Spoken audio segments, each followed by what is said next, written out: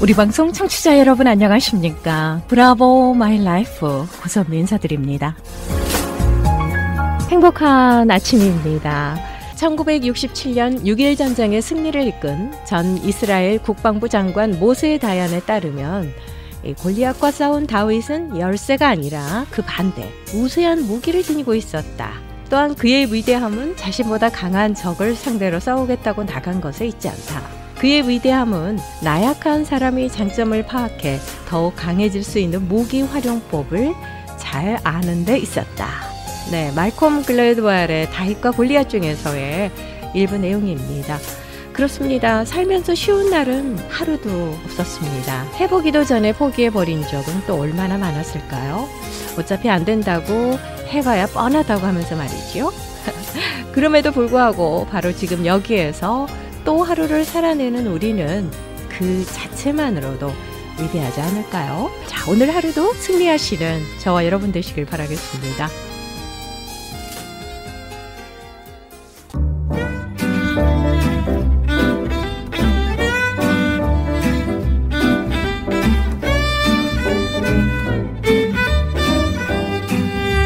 브라보 마이 라이프 함께하고 계십니다. 이 시간은 서울 메디컬 그룹 단독 제공입니다.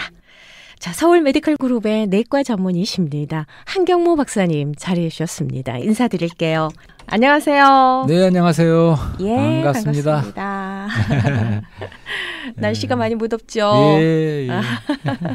자, 지난 시간에 이어서 또 생명의 양식으로 은혜를 주실 텐데요. 주제를 좀 말씀해 주신다면요. 뭐 제목은 뭐 우주적 차원이라고 해봤어요. 네. 우리가 차원이 1차원, 2차원, 3차원 있지 않습니까? 네. 그러니까 선이 있고 면이 있고 입체적인 것이 있죠. 입방체. 아하. 예, 그래서 이 우주적인 차원은 바로 그 입체적인 차원을 말하는 거죠. 네네네. 단지 선이 아니고 면이 아니고 입방체, 입체적인 아하. 차원을 말하는 건데. 네네네. 우선 좀 재미있으라고 이런 말씀을 오늘 재밌을 것 같아요. 네, 아니에요. 상당히 많이 배울 수 있는 시간 될 것 같아요. 높습니다. 근데 이제 이런 말씀으로 시작하고 싶어요. 네. 그러니까 우리 아주 어렸을 때 국민학교 다닐 때인가 봐요. 서영춘이라는 그 코미디언이 있으셨어요. 진짜 재밌었죠. 그 당시에 이제 그분이 재밌는 게 많은 게 있는데 그 중에 하나가 인천 앞바다가 사이다로 변해도 꽃보 없으면 못 먹지 뭐 이런 거 지금까지도 기억나는 이제 그렇게 음료를 맞춰서 하는 그런 게 있었어요. 네네네. 예, 그게 무슨 말일까? 그러니까 아무리 좋은 것도 내가 마셔야 된다는 거죠. 아하. 예. 그렇죠. 내가 맛을 봐야. 예, 아무리 구경만 하면 뭐예요. 그래서 전에 이런 말도 드렸어요. 그게 중요한 그냥 거죠. 상에다가 그냥 많은 거를 풍성하게 음식을 차려놨는데 그림의 떡이죠. 뭐. 예, 그림의 떡이죠. 뭐, 뭐 연구만 하고 이게 뭐 칼로리가 어쩌고 하지 않고 먹으면 이제 그것을 우리가 누리고 체험하게 되는 거죠. 네. 그런 말씀입니다. 아하. 또 한 가지 이제 우리나라 말에 구슬이 서말이라도 꿰어야 보배 이런 말씀도 있어요. 네. 이 말은 무슨 말이냐면 이제 그동안의 성경 말씀에 대해서 쭉 말씀해왔고 특별히 하나님의 경륜이라는 말씀을 드렸어요. 네. 하나님의 우리의 각도로 우리가 모든 성경을 봐야 된다는 말씀도 드렸어요. 그러니까 성경에는 많은 진리가 있는 것 같지만 사실은 그게 다 연결돼 있다는 거죠. 그러니까 따로따로 다 뭐 우리가 안다고 되는 게 아니라 이것을 다 하나의 꿰일 적에 구슬이 서말이라도 꿰어야 보배. 이것처럼 그러니까 마치 이것은 그물처럼 성경의 구약이든 신약이든 어디를 우리가 들어올려도 하나님의 경륜의 전체 그런 것이 같이 올라오는 거죠. 하나님의 경륜은 다시 말씀드리지만 하나님의 계획이 영원한 계획이 포함되고 그것은 그 실행 가운데 하나님께서 그분 자신을 우리에게 안으로 나눠주시는 거죠. 아하. 그 말을 좀 인상을 받으셨으면 좋겠어요. 건강과 재산과 뭐 축복 그런 영역이 아니고 하나님 자신을 우리에게 주신다는 거예요. 아하. 그 무슨 말인지 아시겠어요? 네. 그러니까 쉽게 말하면 하나님을 우리가 얻으면 다 얻는 거예요. 하나님을 잃으면 그렇네요. 사실은 다 잃어버리는 거예요. 네네. 그런 뜻 잘 이해해 주세요. 그러니까 하나님 자신을 우리가 누리고 분배받는 것이 바로 하나님의 경륜이라는 거죠. 그리고 이제 그 계획과 그 분배가 그렇지만 그 하나님의 경륜에 영원한 목표가 있는데 그것은 바로 한 몸, 그리스도의 몸을 얻으시자는 거죠. 네. 그 그리스도 몸이 하나님의 모든 충만을 표현할 수 있는 그것이 우주적인 몸이기 때문에 우리가 다 거기에 포함된 거죠. 결국 이러한 몸은 영혼 가운데서는 새 예루살렘으로 완결이 된다. 이런 말씀을 드려왔어요. 네, 그래서 우리가 그런 면에서 우리가 어떤 성경을 보더라도 구약이고 신약이 어떤 걸 보더라도 이것을 다 하나님의 경륜이라는 관점으로 보면 이게 다 구술이 서말이라도 꾀와 법에 전체 그러한 주제를 우리가 알 수가 있고 또 어떤 거 성경을 보더라도 우리는 항상 그 중심에는 그리스도가 있다는 거, 또 그리스도와 교회가 있다는 거, 이것을 우리가 그러한 각도로 하나님의 경륜의 각도로 성경을 봐야 된다는 말씀을 드리면서 이런 예를 들어보자고요. 예를 들어서 미국에는 너무 먹을 게 많고 풍성하지 않습니까? 근데 텍사스에 가면 텍사스 사람들이 작습니까? 큽니까? 크죠. 되게 크죠, 덩치가. 근데 텍사스에서는 얘기 들어봤지 난 못 가봐서 텍사스. 근데 스테이크도 무지 크대요. 오, 크게 나온대요? 네, 아주 크대요. 그 텍사스에 그 스테이크 흔하기도 하지만 굉장히 큰 걸 먹는데 아주 이따만한 걸 먹는데요. 스테이크 집에 가서. 그러니까 텍사스의 풍성은 너무나 풍성한 거예요. 그 나오는 거는. 그래서 그거를 누린 결과 사람이 어떻게 크게 되는 것은 이건 충만이라고 할 수 있는 거죠. 그러니까 풍성과 충만. 다시 말해서 풍성을 우리가 누리는 거예요. 우리가 잘 먹고 많이 미국 와서 먹으면 그 결과로서 사람이 커져요. 그것은 충만한 것을 표현하는 거죠. 이런 관계가 있습니다. 그러니까 그리스도를 우리가 은혜로 누리고 많이 풍성하게 누릴 적에 우리는 만물을 충만하게 하는 자의 충만인 몸된 교회가 된다는 거죠. 그러니까 다 단체적으로. 그것은 바로 하나님의 충만을 나타내는 영광의 표현이 될 수 있다는 그런 말씀입니다. 그동안에 사실은 이런 그리스도의 그 풍성한 거 여러 방면을 소개시키기 위해서 재밌는 프로가 많지 않았습니까? 그렇죠. 네, 그분이 진서입니다. 그분이 구속이시다. 우리 구원이시다. 그런 그분의 이름 얼마나 향기롭고 아름다운 이름인가 이런 주제부터 하나님의 경륜은 하여튼 모든 창세기 그동안에 출애굽기를 다뤘고 지금 우리가 와서는 마태복음 족보를 다뤘고 이제는 요한복음을 쭉 다루고 있지 않습니까? 그러니까 요한복음에서는 우리는 그분이 참 우리의 필요라는 걸 봤어요. 생명의 필요. 우리 사람들의 참 필요는 그리스도인데 이제 그 필요로 말미암아 이제는 그리스도의 몸의 건축, 그 아버지의 집, 그 생명으로 건축하는 문제에 이르렀습니다. 지금. 그래서 이걸 좋은 프로들을 다시 한번 좀 찾아서 이렇게 유튜브에 들어주시기를 바라고. 유튜브 검색창에서 고선미 브라보를 검색하시면은요. 지금까지 방송했던 내용들이 전부 다 올라가 있어요. 굉장히 많습니다. 영화 얘기도 있고 쇼생크 재밌는 탈출, 이야기도 참 많아요. 많습니다. 로미오와 줄리엣. 무엇보다도 정말 귀한 메시지로 가득합니다. 많이들 들어오셔서 들어주시면 고맙겠습니다. 그래서 오늘은 그 우리가 성서적인 역사관 세계관을 지난 시간에도 말씀드렸는데 오늘은 결국은 참 하나 그러니까 참 하나에 대한 우주적인 또 우리가 우주적 관점에서 이렇게 말씀을 드리려는 거죠. 근데 그런 말씀을 드리기 전에 이제 서울은 만원이다라는 신문에 연재된 소설이 있었어요. 거의 뭐 50년 전인지 더 됐어, 50년 더 됐어요. 그러니까 그때 한국에서 제가 어렸을 적에 서울은 만원이다라는 아마 손호철인가 하는 그런 그 소설가가 쓴 거가 있어요. 저 생각은 안 나지만 어떤 괜히 내용인가요? 그래서 이 말이 생각나네요. 그러니까 아마도 한국이라는 나라가 유교를 거치면서 좀 사회가 많이 지방에 살던 분도 서울에 몰려오고 그래서 서울이 아주 만원으로 그 당시에 뭐 한 300만이 된지 모르겠지만 꽉 찬 만원이다. 그리고 사회의 그런 많은 변화 이런 모습을 어떻게 보면 비판적으로 고발했던 소설 같지 않나 생각해요. 근데 괜히 이 말씀이 생각나네요. 서울은 만원이다.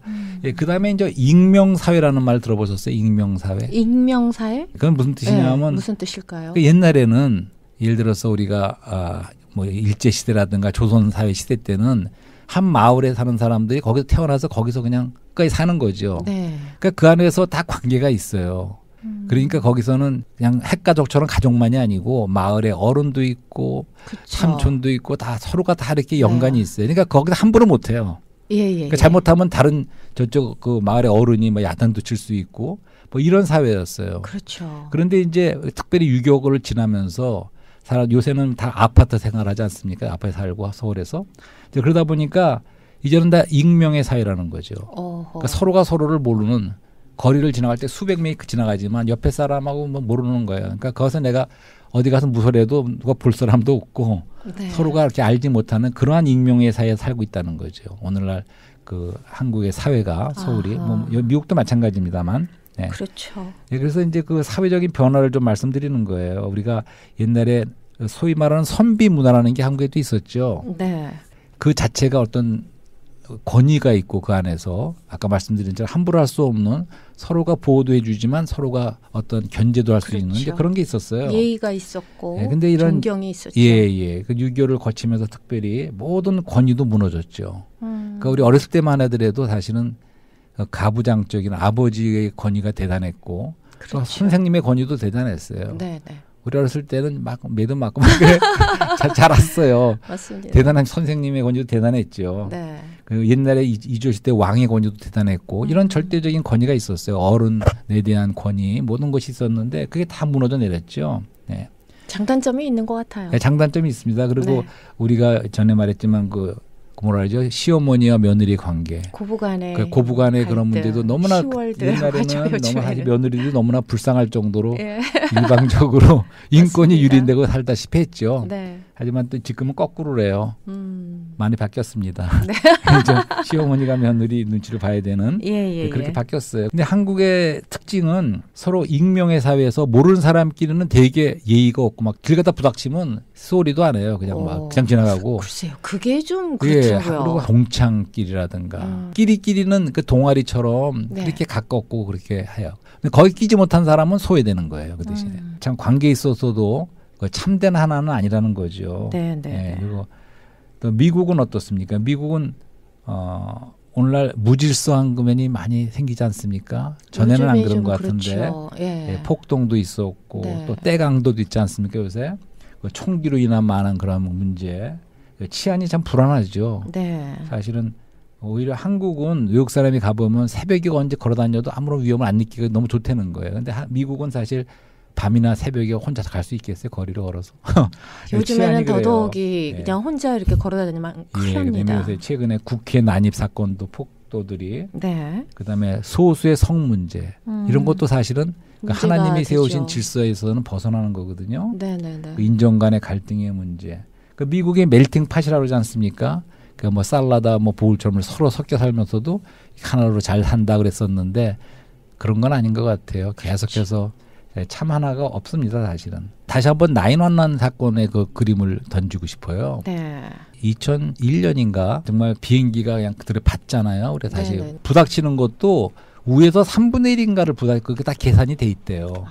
왜냐하면 거기가 이렇게 타격을 받았을 적에 그 위에 남은 부분에 무게를 못 낀데서 아래가 결국은 다 무너진다는 무너지니까. 거예요. 과학적으로 계산해서, 계산해서 적용을 한 다르게 거군요. 그 들이박은 거라 그러더라고요. 아하. 예, 그래서 처음에 이제 막 들이받고 나니까 네. 얼마 있더니 막 그냥 불이 나기 시작하지 않습니까? 네. 그러더니 막 불이 꺼지더라고요. 척척척 불이 꺼져. 어둠이 찾아왔어요. 어허. 그다음에 어느 순간에 확 콜랩스가 되더라고. 무너져 내리더라고요. 그러면서 그것이 하나의 붕괴가 돼버렸죠. 그 영적으로 그런 느낌이 들더라고요. 이것이 하나의 그 영적인 그림이라고 본다면 나쁜 자들이 그 비행기로 그 안에 많은 개솔린을 싣고 들이받은 것은 네. 마치 우리 인류에게 죄가 들이받은 거라고 느낌이 받았어요. 그러니까 죄가 들어왔죠, 인류에.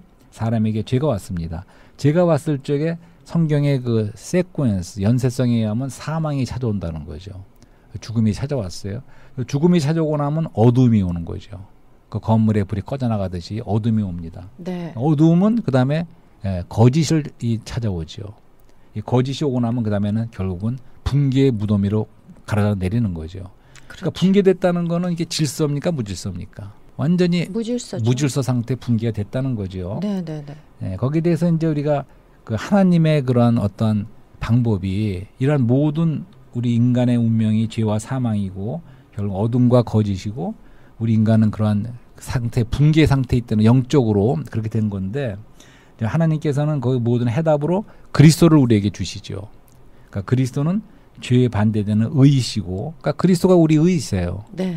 그분으로 말미암아 우리가 의롭다움을 받는 의이시고, 또 사망에 반대되는 것은 생명 아닙니까? 바로 그리스도가 우리의 생명이죠. 그다음에 어둠에 반대되는 말은 빛인데, 그렇게 계속 우리가 보고 있는 요한복음에서처럼 그리스도가 바로 빛이시죠. 참된 빛이죠.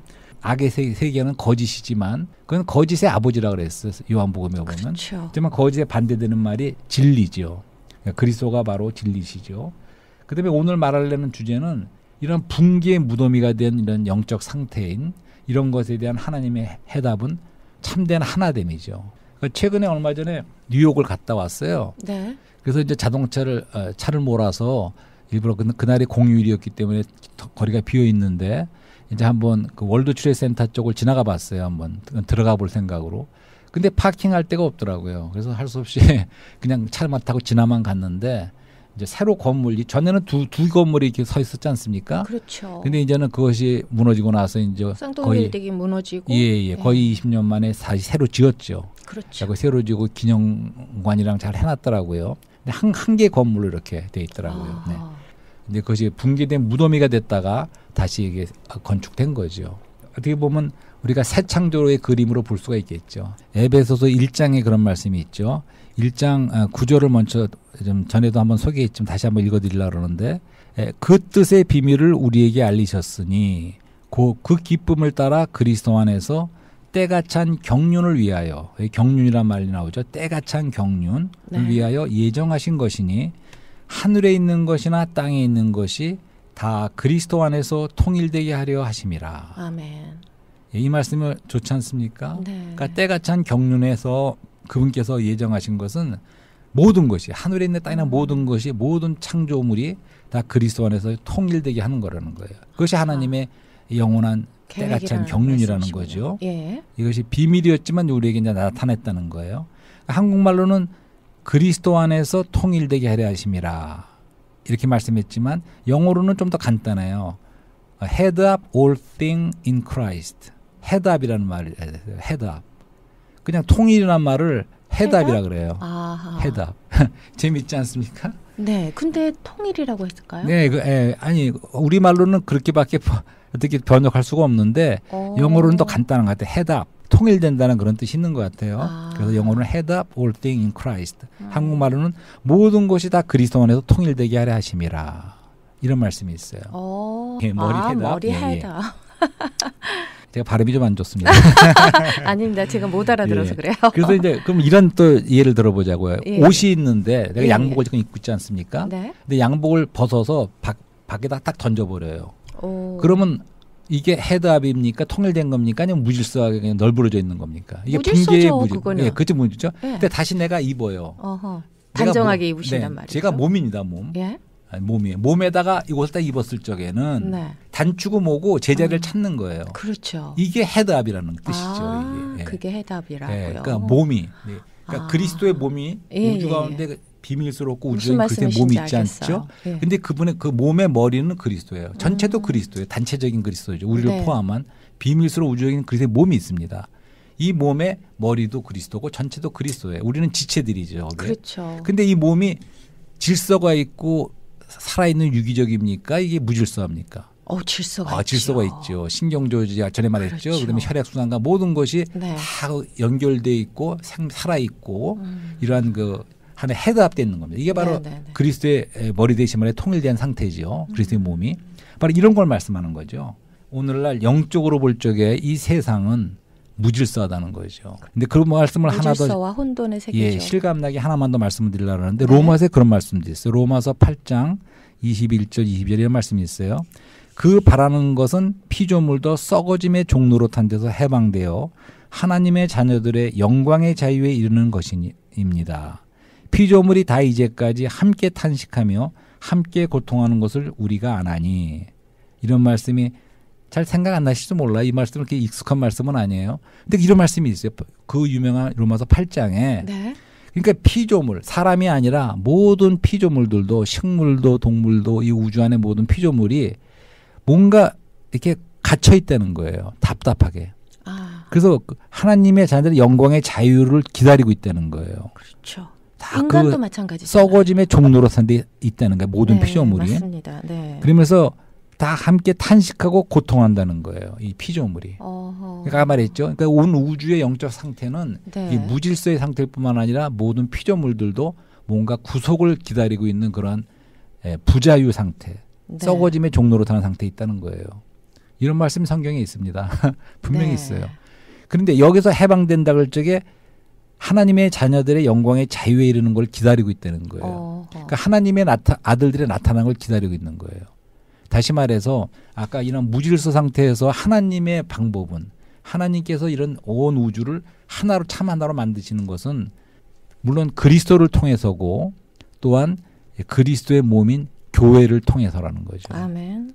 그러니까 앞장서야 된다는 얘기예요. 그러니까 결국은 하나님께서 다 온 우주를 통일하시지만 그분의 하나 되심으로 하지만 결국 그리스도가 앞장서고 그리스도의 몸인 교회가 앞장서야 된다는 거예요. 그럴 적에 온 피조물이 다 해방되고 따라온다는 거죠. 아멘. 예. 그래서 역시 또 에베소 1장 23절에 그런 말씀을 다시 한번 소개하면 또 만물을 그 발 아래 복종하게 하시고 그를 만물 위에 교회의 머리로 주었습니다. 이런 말씀이 있어요. 그러니까 온 만물을 예수 그리스도의 발 아래 복종하게 하시는데 그를 만물 위에 예수님을 만물 위에 교회의 머리로 주셨다는 거예요.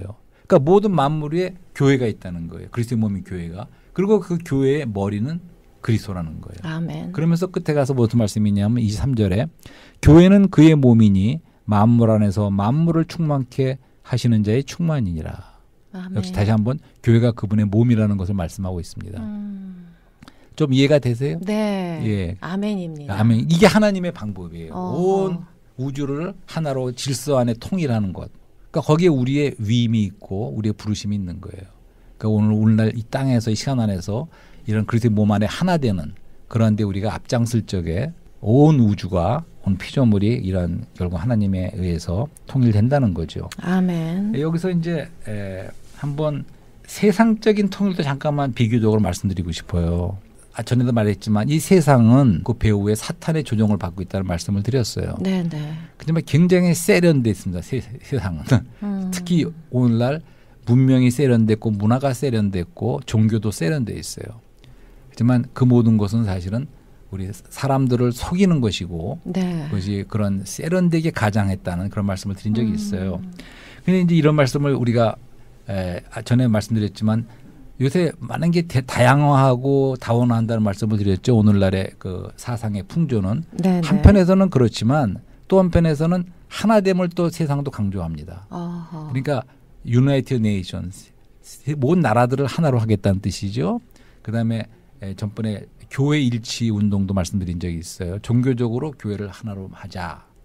그다음에 세계 단일 정부라는 말씀 들어보셨어요? 네.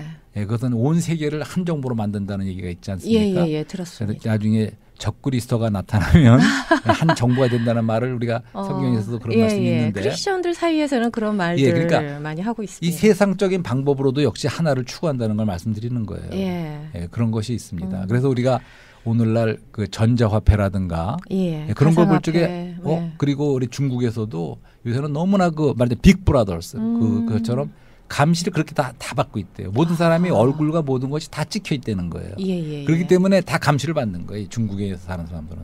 그리고 중국의 그 무슨 전자화폐로 거지도 전자화폐 쓴다지 않습니까? 네. 그러니까 이제 생각해 보면 잘하면 정말 세계 못 통제할 수 있겠다 그런 생각이 들지 않습니까? 그렇죠. 그러니까 이제 오늘날 문명의 발달이 그런 쪽으로도 가고 있는 면이 있어요. 그래서 전에도 말씀드렸는데 사실은 돈이 세상을 통일합니다. 돈이 이제는 돈 갖고 안 되는 게 없어요. 만능이에요. 돈이 어떤 면에서는. 그렇죠. 우리가 명예도 살 수 있고 부도 물론 가질 수 있지만 권력도 살 수가 있고 돈이 다 할 수 있어요. 요한계시록에 나온 대로 말세에는 사람이 영혼까지 살 수가 있어요. 사람도 가치를 매길 수가 돈으로. 네. 동산, 부동산 모든 것을 돈으로 환산할 수가 있습니다. 화폐, 통화. 그래서 돈으로 사실은 어떻게 보면 통일을 하고 있는 거죠. 지금 전까지 말씀드린 우리 하나님 안에서의 하나는 그리스도의 몸의 하나지만 그렇죠. 세상적인 하나가 또 있다는 거예요. 이런 말씀을 드리고 나서 점점 어려워지는 것 같아요. 어려워지죠? 이 신앙생활이 지난 시간에도 한경호 박사님께서 깨어 있어야 된다라는 말씀을 언급을 해주셨습니다. 그러니까 영적으로 참 무감각해지고 있다라는 그런 생각이 많이 들더라고요. 그래서 오늘 제가 또 한 번의 그 세계관, 역사관에 이어서 우주관, 우리가 성서적 우주관을 좀 소개시킨 겁니다. 네, 그 고맙습니다. 참 하나됨에 관해서. 고선미 씨는 역사를 우주를 모든 걸 볼 때 낙관주의자입니까? 비관주의자입니까? 저는 낙관적이에요. 낙관주의 긍정적으로 맞습니다. 살고 있습니다. 전에 말씀드린 대로 우리가 이러한 모든 문제에 있어서 우리 인간 한 사람 한 사람의 미래와 또 인류의 미래를 볼 적에 사실은 세상에서는 낙관주의자는 근거가 없는 낙관주의자예요. 그 비관주의자는 길이 없죠. 하지만 우리가 믿는 크리스찬들은 성서적인 관점에 따르면 우리는 낙관자일 수밖에 없어요. 왜 그런 줄 아세요? 요한계시록에 제일 마지막에 새 예루살렘이 나옵니다. 새 예루살렘에는 이 모든 것이 통일됐을 뿐만 아니라 거기에는 영광스러운 신부처럼 준비된 그리스도의 교회가 새 예루살렘으로 완결이 됩니다. 근데 이 새 예루살렘이라는 그 요한계시록의 시제가 다 과거로 돼 있어요. 그러니까 다시 말해서 하나님의 그 안목에서는 이미 다 이루어진 거예요. 그러니까 이것은 선택의 문제가 아니고 결국 그렇게 된다는 거예요. 그 때문에 우리는 낙관적일 수밖에 없습니다. 그렇게 살아야겠죠. 그렇게 되는 이유는 하나님의 사랑과 하나님의 지혜, 하나님의 능력, 또한 하나님의 신실하심을 인하여 결국은 그렇게 이룰 수가 있습니다. 아멘. 그렇지만 우리는 여전히 시간 안에서 하나님과 우리가 동역하고 협력할 필요는 있어요. 우리 자신을 열고 그분과 동역한다면 정말 우리는 결국 가기 때문에 우리는 영원히 낙관주의할 수밖에 없습니다. 아멘. 자, 오늘 사랑과 영혼의 대화의 주제는 우주적 차원, 지식을 초월하는 사랑이라는 주제로 말씀을 주셨는데요. 참 가슴에 와닿는 내용들이 많았습니다. 네, 그래도 제목 때문이라도 그 말씀을 안 드릴 수가 없네요. 그 우주적 맞춰야 됩니다. 차원이라는 시간이 없어요. 그리스도의 차원이 우주적이라는 거예요. 아멘. 그 하늘보다 높고 바다보다 깊고 넓고 길은 그러한 그 입체적인 그러한 차원이 그리스도의 차원이고 그분에 대한 그러한 놀라운 지식을 초월한 사랑이라는 거죠. 그분의 사랑도 그러한 우주적인 차원의 사랑이라는 거예요. 그렇죠. 우리가 이를 계시로 깨달을 뿐만 아니라 우리가 체험적으로 누리고 우리가 그분을 더 알아가는 거죠. 아멘. 체험적으로 알아가는 겁니다. 알아가는 그 지식을 초월한 사랑은 고차 우주적인 차원의 그 크신 사랑이라는 거죠. 지식을 초월하는 하나님의 사랑을 누리고 얻으면서 살아야 될 것 같아요. 체험하면서 살아야 될 것 같습니다. 알되 그분을 체험적으로 알자는 거죠. 아멘. 그럴 적만이 우리가 그런 하나님의 그 놀라운 하나 되심 아래 우리가 동참할 수가 있는 거죠. 오늘도 정말 놀라운 메시지, 은혜로운 메시지 감사드립니다. 다음 이 시간에 또 연결해서 함께하겠습니다. 감사합니다. 감사합니다.